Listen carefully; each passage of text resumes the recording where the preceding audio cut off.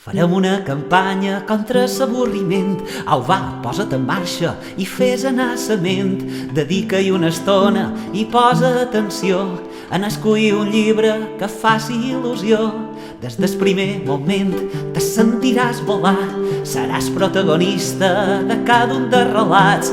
Deixa't dur per sa màgia, disfruta de l'instant, podràs viure històries que ni has imaginat. Llegeix un llibre, que quan el llegeixis te sentiràs més lliure, viuràs mil aventures que no s'acabaran. Sempre que puguis posa un llibre entre ses mans.